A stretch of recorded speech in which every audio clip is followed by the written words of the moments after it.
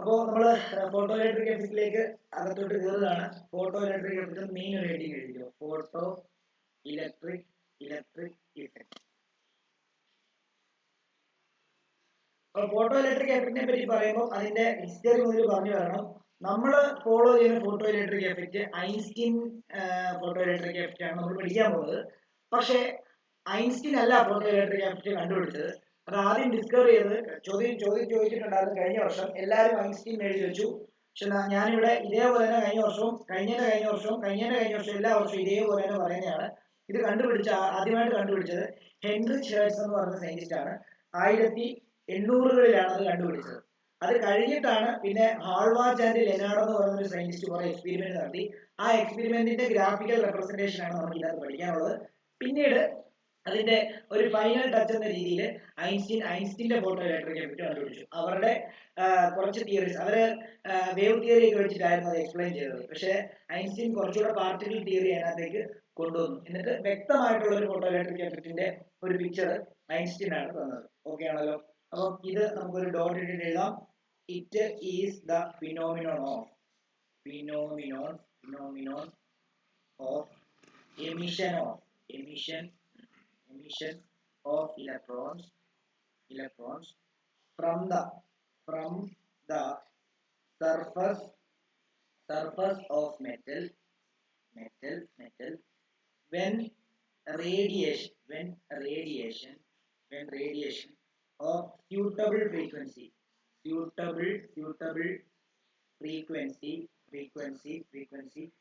falls on it. അതായത് ഒരു light suitable ഫ്രീക്വൻസിയിലുള്ള ഒരു ലൈറ്റ് അതേ വന്ന് വീണ് കഴിഞ്ഞാൽ ഇലക്ട്രോണിനെ ഇജക്ട് ചെയ്യുന്ന പരിപാടിയാണ് എന്തെന്ന് പറയുന്നത്, ഫോട്ടോ ഇലക്ട്രിക് എഫക്റ്റ് എന്ന് പറയുന്നത്. അങ്ങനെയാണെങ്കിൽ അടുത്ത ലൈനിൽ എഴുതുക, the emitted electrons are called photo electrons. Emitted electrons നമ്മൾ photo electrons എന്ന് പറയുന്നു. ഓക്കെ ആണല്ലോ. ഇനി the current produced അങ്ങനെ ഉണ്ടാകുന്ന കറണ്ടിനെ നമ്മൾ വിളിക്കുന്ന പേര് ഫോട്ടോ ഇലക്ട്രിക് കറണ്ട് ആണ്. Produced are called photo electric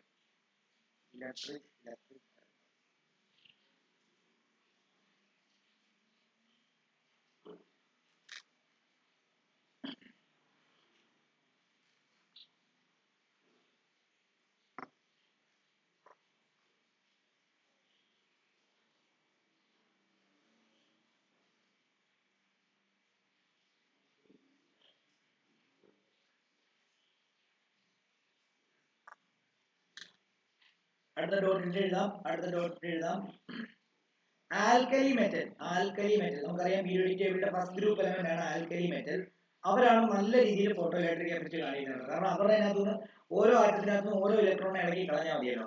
അതുകൊണ്ട് നമുക്ക് പെട്ടെന്ന് പറ്റും. അതുകൊണ്ട് തന്നെ ആൽക്കലി മെറ്റൽ ആണ്. Alkali metals like lithium alkali metals like lithium,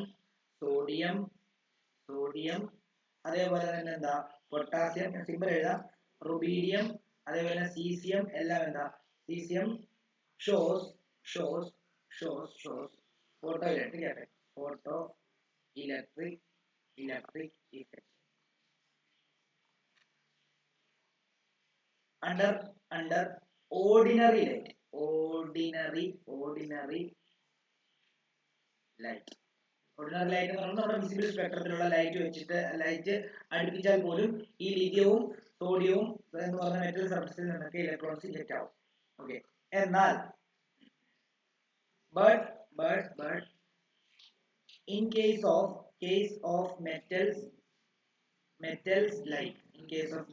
like zinc, cadmium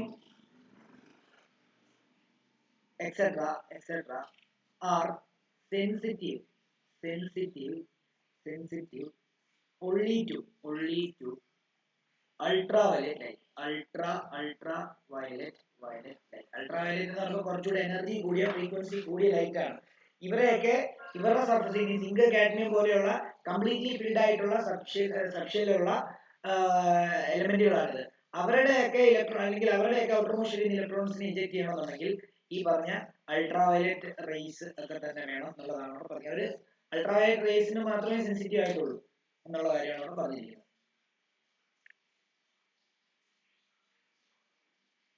അതേപോലെ തന്നെ ഇതിന്റെ ആദ്യത്തെ ഒബ്സർവേഷൻ നടത്തിയ ആള് ഹേർട്സ് ആണെന്ന് നമ്മൾ പറഞ്ഞു. ഹേർട്സ് എങ്ങനെയാണ് അത് കണ്ടുപിടിച്ചെന്നുള്ള കാര്യം ജസ്റ്റ് ഒന്ന് പറഞ്ഞു പോകുന്നുണ്ട് നിങ്ങളുടെ ടെക്സ്റ്റില്. അപ്പൊ അത് ഞാൻ തരാം. പരീക്ഷയ്ക്ക് ചോദിക്കില്ല എങ്ങനെയാ കണ്ടുപിടിക്കാൻ ചോദിക്കില്ല, പക്ഷെ പുള്ളിയാ കണ്ടുപിടിച്ചെന്നുള്ള കാര്യം ആലോചിച്ചോണം. അല്ലാതെ ഐൻസ്റ്റീൻ ആണ് പോയി എഴുതി വെച്ചേക്കരുത്. ഓക്കെ, അപ്പം ദ ഫിനോമിനോൺ ഓഫ് ദ അടുത്ത ഡോട്ട് എഴുതിയോ, the phenomenon of photo electric effect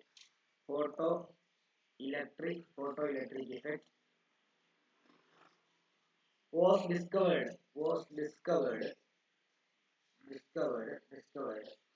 by Heinrich Hertz in 1887. 1887 അദ്ദേഹം കണ്ടുപിടിച്ചത്. അങ്ങനെ കണ്ടുപിടിച്ചെന്ന് ചോദിച്ചു കഴിഞ്ഞാൽ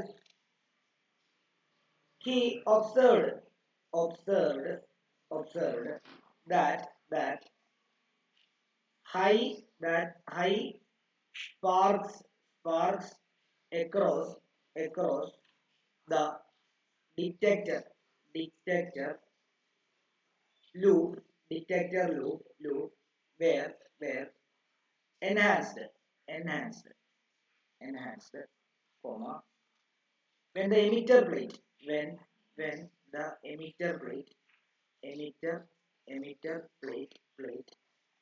was illuminated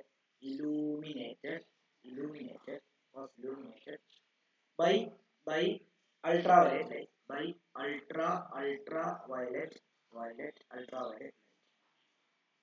അതായത് അൾട്രാവയലറ്റ് ലൈറ്റ് വെച്ചിട്ട് ഒരു എമിറ്റർ പ്ലേറ്റിനെ ഇലുമിനേറ്റ് ചെയ്യുന്ന സമയത്ത് അതിൽ നിന്ന് എന്ത് ചെയ്തു, അതിൽ നിന്ന് പുറത്തേക്ക് സ്പാർക്ക് ഉണ്ടായതായിട്ട് പുള്ളി കണ്ടു.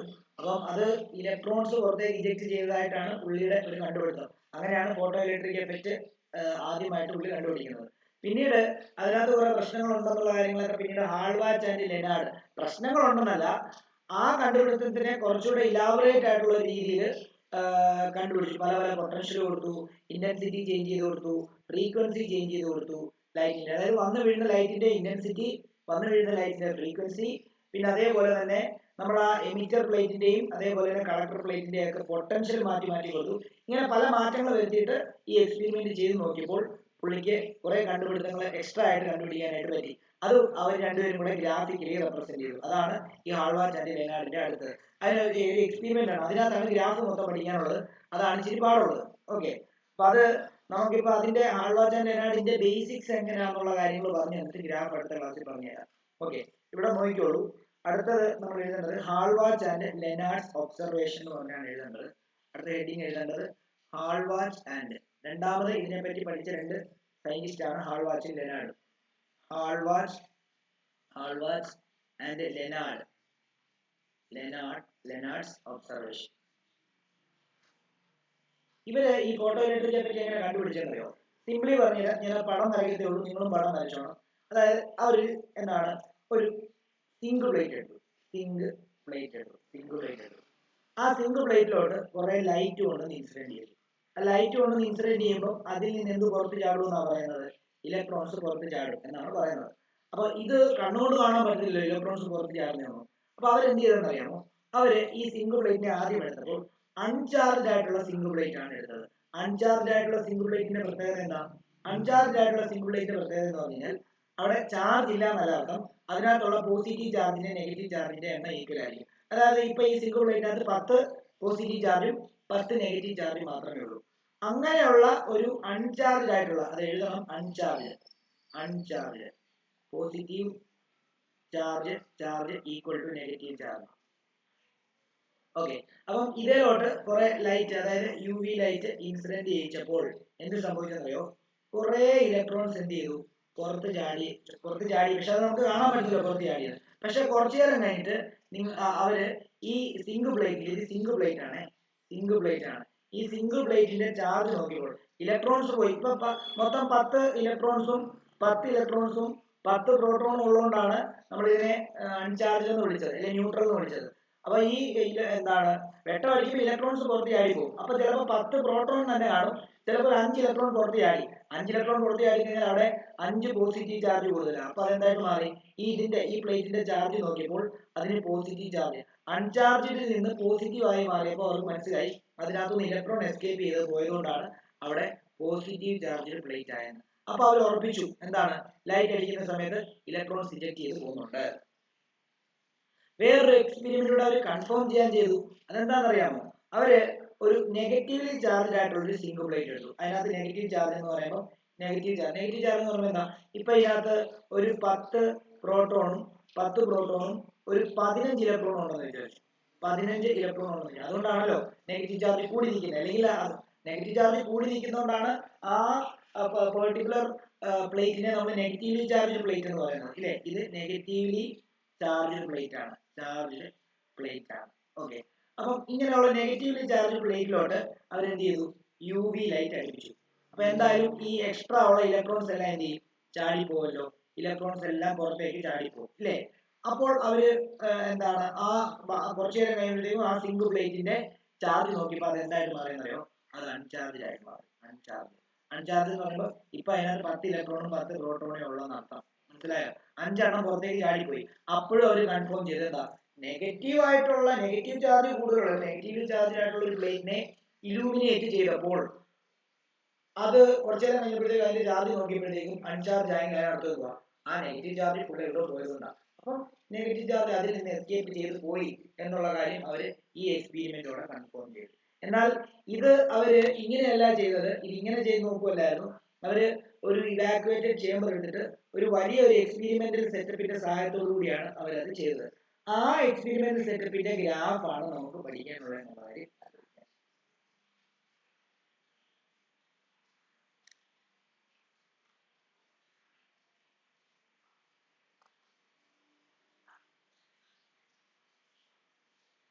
ഗ്രാഫ് എല്ലാം കൂടെ ഒറ്റ ദിവസം പറയുന്നതായിരിക്കും നല്ലത്. കാരണം എന്താ വെച്ച് കഴിഞ്ഞാൽ അതുമായിട്ട് ബന്ധപ്പെട്ട് എല്ലാം എന്താണ് ഒരു കാര്യം വെച്ച് തന്നെയാണ് നമ്മൾ എക്സ്പ്ലെയിൻ ചെയ്യുന്നത്.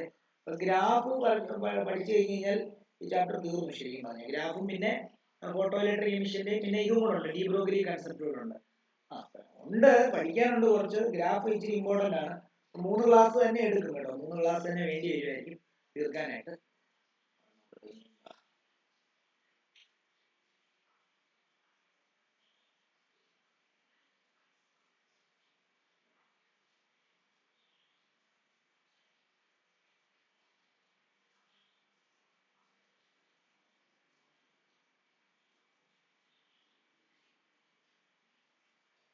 ഓക്കെ, ഒരു കാര്യം കൂടെ എഴുതിക്കോ. ആ എക്സ്പെരിമെന്റൽ സ്റ്റഡിയുടെ ഡയഗ്രാം കൂടെ നമുക്കൊന്ന് വരച്ചേക്കാം. ഇതും കൂടെ ഒന്ന് വരച്ചോളൂ. അതായത് എക്സ്പെരിമെന്റൽ ഹെഡിങ് എഴുതിക്കോ. Experimental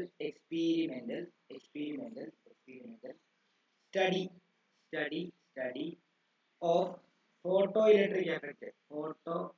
electric effect with heading ആണ്, വിത്ത് സ്പെഷ്യൽ റെഫറൻസ് ടു ഹാൾവാർഡ്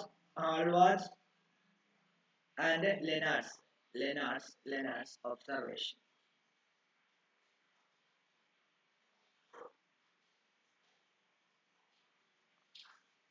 അതിനകത്ത് ഈ പടം ഒന്ന് വരച്ചിട്ടേക്കുക.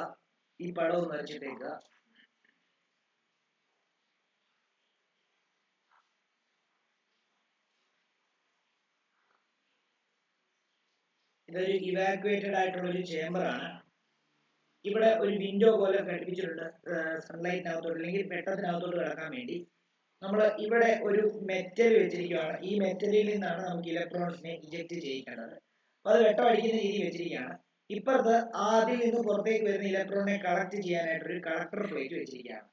എന്നിട്ട് ഇതിനെ നമ്മൾ ഇതിനകത്തുള്ള കറണ്ട്, എന്തായാലും കറണ്ട് ഒഴുകുന്നുണ്ടോ ഇല്ലയോ എന്ന് അറിയണം. അത് കറണ്ട് ഒഴുകിയാലേ അതിന് ഫോട്ടോ ഇലക്ട്രിക് കറണ്ട് എന്ന് പറയുള്ളൂ, അല്ലേ?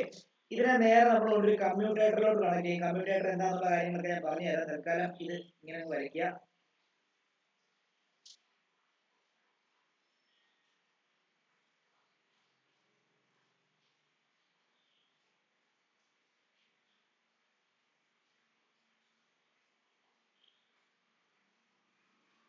ഇതിലോട്ട് ഒന്ന് കണക്ട് ചെയ്തു. എന്നിട്ട് ഇവിടെ ഇങ്ങനെ ഒരു കണക്ഷൻ എടുക്കുകയാണ്, ഇവിടെ ഇങ്ങനെ ഒരു കണക്ഷൻ എടുക്കുകയാണ്. ഇത് കമ്മ്യൂട്ടേറ്റർ ആണ്. ഈ മൂന്ന് ഡോട്ട് 6 ഡോട്ട് എന്ന് പറയുമ്പോൾ കമ്മ്യൂട്ടേറ്റർ. അത് എന്തുകൊണ്ടാണ് അത് പ്രവർത്തിക്കുന്നത്, എന്തിനാണ് പ്രവർത്തിക്കുന്നത് എന്നുള്ള കാര്യങ്ങളൊക്കെ പറഞ്ഞുതരാം.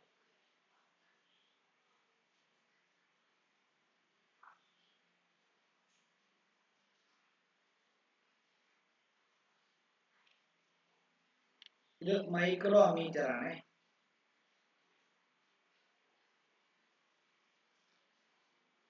ഇത് നേരെ വരുന്നു, ഇത് നേരെ ഒരു റിയോസ്റ്റാറ്റിലോട്ട് കണക്ട് ചെയ്യാം.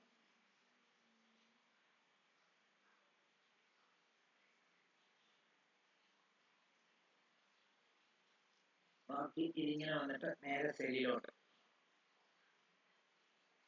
Positive negative. ഇത് മനസ്സിലാക്കണം. ഇത് എമിറ്റർ പ്ലേറ്റ് ആണ്. ഇത് എമിറ്റർ പ്ലേറ്റ് നമ്മുടെ മെറ്റലാണ്. ആ മെറ്റലിനെ നമ്മൾ എമിറ്റർ പ്ലേറ്റ് ആയിട്ടാണ് എഴുതിയിരിക്കുന്നത്. എമിറ്റർ പ്ലേറ്റ് ആയിട്ടാണ് എഴുതിയിരിക്കുന്നത്. അതിനെ നമുക്ക് എമിറ്റർ പ്ലേറ്റ് ആയിട്ട് എഴുതിയിരിക്കുന്നുണ്ട്, അതിനെ ഇ എന്ന് കൊടുക്കാം. ഇത് കളക്ടർ പ്ലേറ്റ് ആണ്. കളക്ടർ പ്ലേറ്റ് ആണ്. അതിനെ നമുക്ക് സി എന്ന് കൊടുക്കാം. ഇനി ഇത് വോൾട്ട്മീറ്റർ, മൈക്രോമീറ്റർ. ഇതിനെ നമ്മൾ കമ്മ്യൂട്ടേറ്റർ എന്നാണ് പറയുന്നത്. കമ്മ്യൂട്ടേറ്റർ എന്ന് പറയും. ഇനി ഇതെന്താ? ഇത് റിയോസ്റ്റാറ്റ് ആണ്. ഇത് ബാറ്ററി ആണ്. ഇത് പോസിറ്റീവ് നെഗറ്റീവ് സെല്ല്. ഒരു 10 വോൾട്ട് കൊടുക്കാന്ന് വിചാരിച്ചു. ഞാൻ എക്സാമ്പിൾ പറയാം. 10 വോൾട്ട് അല്ല, ചുമ്മാ എക്സാമ്പിൾ പറയാൻ വേണ്ടി പറഞ്ഞതാണ്. ഓക്കെ, ഇത് റിയോസ്റ്റാറ്റ് ആണ്.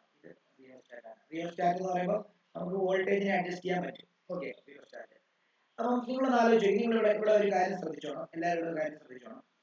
ലൈറ്റ് വന്ന് വീണ് കഴിഞ്ഞാൽ ഇത് വരയ്ക്കണം. ലൈറ്റ് വന്ന് വീണ് കഴിഞ്ഞാൽ ഇലക്ട്രോൺസ് പെരുക്കെ ഇങ്ങോട്ടേക്ക് എന്ത് ചെയ്യും? ഫ്ലോ ചെയ്ത് തുടങ്ങും. ഓക്കെ, അപ്പൊ ഇവിടെ ഇങ്ങോട്ടേക്ക് ഫ്ലോ ചെയ്ത് കഴിഞ്ഞാൽ സർക്യൂട്ട് കംപ്ലീറ്റ് ആകുമ്പോൾ ഈ അമ്മീറ്ററിനകത്ത് റീഡിംഗ് കാണിക്കും. അപ്പൊ നമുക്ക് മനസ്സിലായി ആ ഇലക്ട്രോൺസ്, നമുക്കറിയാലോ ഇപ്പം ഒരു സെല്ലിന്റെ പോസിറ്റീവ് ഇവിടെ നെഗറ്റീവ് ഇവിടെ. ഈ സെല്ലിന്റെ പോസിറ്റീവ് എന്ന കണക്ഷൻ ഇങ്ങനെ വന്ന് ഇവിടെ വരെ വന്നിരിക്കുകയാണ്. ഇത് ഇങ്ങനെ വന്ന് ഇവിടെ വരെ വന്നിരിക്കുകയാണ്. നമുക്കറിയാം സർക്യൂട്ട് കംപ്ലീറ്റ് ചെയ്താലേ ഈ അമ്മീറ്റർ റീഡിംഗ് കാണിക്കത്തുള്ളൂ. അപ്പം ഇവിടം വരെ വന്ന് നിൽക്കുന്ന പോസിറ്റീവിൽ നിന്ന് ഇവിടം വരെ വന്ന് നിൽക്കുന്ന ഈ കറണ്ട് ഇങ്ങോട്ട് പോകണമെന്നുണ്ടെങ്കിൽ ഇവിടും ഇങ്ങോട്ടേക്ക് ഒരു കണക്ഷൻ വേണം. പക്ഷെ അവിടെ കണക്ഷൻ ഇല്ല. മനസ്സിലായോ? പക്ഷെ അവിടെ കണക്ഷൻ ഉണ്ടാവും. എപ്പോഴാണെന്നറിയാമോ? ലൈറ്റ് വന്ന് വീഴുമ്പോൾ ഈ ഇലക്ട്രോൺസ് ഒക്കെ എന്ത് ചെയ്യും? ചാടി ഇങ്ങോട്ടേക്ക് മൂവ് ചെയ്യുമ്പോൾ കണക്ഷൻ ഇവർ തമ്മിൽ ഇയും സിയും തമ്മിൽ ഒരു കണക്ഷൻ ഉണ്ടാവും. അപ്പം ഇവിടെ കറണ്ട് കാണിക്കും, കംപ്ലീറ്റ് ആവും. മനസ്സിലായോ? അങ്ങനെ ഉണ്ടാകുന്ന കറണ്ടിനെയാണ് നമ്മൾ ഫോട്ടോ ഇലക്ട്രിക് കറണ്ട് എന്ന് പറയുന്നത്. ഓക്കെ, അപ്പൊ അതെങ്ങനെ നമുക്ക് ഈ റിയോസ്റ്റാറ്റ് കൊടുത്തിരിക്കുന്നത് എന്തിനാണെന്നറിയോ? നമുക്കിവിടെ മൊത്തം ബാറ്ററിക്ക് കൊടുക്കാൻ പറ്റുന്ന 10 വോൾട്ട്. പക്ഷെ നമുക്ക് വേണമെങ്കിൽ റിയോസ്റ്റാറ്റ് അഡ്ജസ്റ്റ് ചെയ്തിട്ട് 1 വോൾട്ട് കൊടുക്കാം, 2 വോൾട്ട് കൊടുക്കാം, 3 വോൾട്ട് കൊടുക്കാം, 4 വോൾട്ട് കൊടുക്കാം, 5 വോൾട്ട് കൊടുക്കാം, 6 വോൾട്ട് കൊടുക്കാം, 7 വോൾട്ട് കൊടുക്കാം, 8 വോൾട്ട് കൊടുക്കാം, 9 വോൾട്ട് കൊടുക്കാം, 10 വോൾട്ട് കൊടുക്കാം. ഓക്കെ ആണോ? നമുക്ക് ഓരോ വോൾട്ടേജ് കൊടുക്കുന്നതിന് കാരണം എന്താണെന്നറിയോ? നമുക്ക് ഇവിടെ ഓരോ പോസിറ്റീവ് വോൾട്ടേജും നെഗറ്റീവ് വോൾട്ടേജും നമുക്ക് കൊടുക്കേണ്ടതായിട്ടുള്ള ആവശ്യമുണ്ട്. അതെന്തിനാണെന്നറിയാമോ? ഈ ഇലക്ട്രോൺസ് ഇങ്ങോട്ടേക്ക് വരുന്ന വഴിക്ക് എന്തെങ്കിലും റീസൺ കൊണ്ട് പെരുക്കിയാ വരുന്നെങ്കിൽ ഈ ഇലക്ട്രോൺസിനെ പെട്ടെന്ന് അട്രാക്ട് ചെയ്യാൻ വേണ്ടി ഇതിനെ ഒരു പോസിറ്റീവ് ടെർമിനലാക്കി മാറ്റിയാൽ മതി, അല്ലെ? അപ്പം നെഗറ്റീവ് ആയിട്ടുള്ള ഇലക്ട്രോൺസ് പെട്ടെന്ന് അട്രാക്ട് ചെയ്യപ്പെടും. അതിനുവേണ്ടി നമ്മൾ എന്താ ചെയ്യുന്നറിയോ?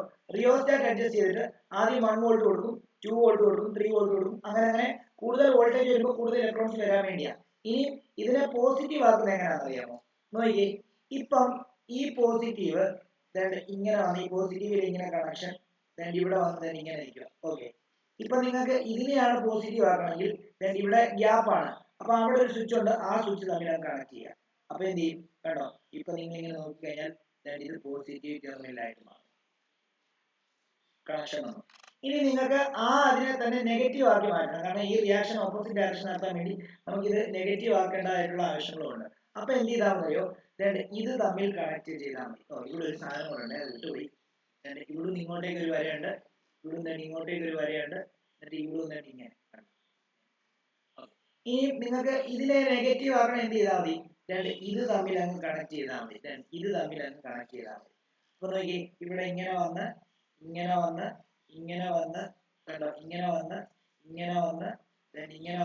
ഇങ്ങനെ പോകുമ്പോ ഇപ്പം ഈ കളക്ടർ പ്ലേറ്റ് നെഗറ്റീവ് ടെർമിനലുമായിട്ട് കണക്ട് ആയി. അപ്പൊ അതിന് നെഗറ്റീവ് പൊട്ടൻഷ്യൽ കിട്ടി. അപ്പൊ അങ്ങനെ ആ കളക്ടർ പ്ലേറ്റിന് പോസിറ്റീവ് പൊട്ടൻഷ്യലും നെഗറ്റീവ് പൊട്ടൻഷ്യലും കൊടുക്കാൻ വേണ്ടിയാണ് നമ്മൾ എന്ത് ചെയ്യുന്നത്. ഇതൊന്ന് വരയ്ക്കണേ, ഞാൻ ഇപ്പൊ എക്സ്ട്രാ ആയിട്ട് വരച്ചതാണ്, നേരത്തെ വരയ്ക്കാൻ മറന്നുപോയി. ഓക്കെ, അപ്പം ഇതിനു വേണ്ടിയാണ് നമ്മൾ ഈ കമ്മ്യൂട്ടറായിട്ട് വെക്കുന്നത്. ഇത് തമ്മിൽ കണക്ട് ചെയ്ത് കഴിഞ്ഞാൽ ഇത് പോസിറ്റീവ് ടെർമിനലാവും, അതേപോലെ തന്നെ ഇത് തമ്മിലാണ് കണക്ട് ചെയ്യുന്നതെങ്കിൽ ഇതിപ്പോ നെഗറ്റീവ് ടെർമിനലായി മാറും. മനസ്സിലായോ? അപ്പൊ പോസിറ്റീവ് നെഗറ്റീവ് ഒക്കെ കണക്ട് ചെയ്യുന്നത് ഇലക്ട്രോൺസിനെ അങ്ങോട്ടേക്ക് വലിക്കാനും ഇലക്ട്രോൺസിനെ റിപ്പൽ ചെയ്യാനുമാണ്. അതുമൂലമാണ് നമുക്ക് അവിടെ കുറെ ഗ്രാഫുകൾ ഉണ്ടായെന്നുള്ളത്. അത് ഓർത്തോണം അല്ലെ? നമ്മൾ ഫ്രീക്വൻസി ഡിഫറൻറ്റ് കൊടുത്തു, പൊട്ടൻഷ്യൽ ഡിഫറൻറ്റ് കൊടുത്തു, ഇതൊക്കെ നമ്മൾ കുറെ എക്സ്പെരിമെന്റ് ചെയ്തിട്ടുണ്ട്. കുറെ ഗ്രാഫ് ഉണ്ട്. അപ്പൊ അതാണ് അത് പഠിക്കാനുള്ളത്. നമുക്ക് അടുത്ത ക്ലാസ്സിൽ പഠിക്കാം. എന്നാൽ പിന്നെ ഇന്നത്തെ ക്ലാസ്സിൽ നിർത്താം.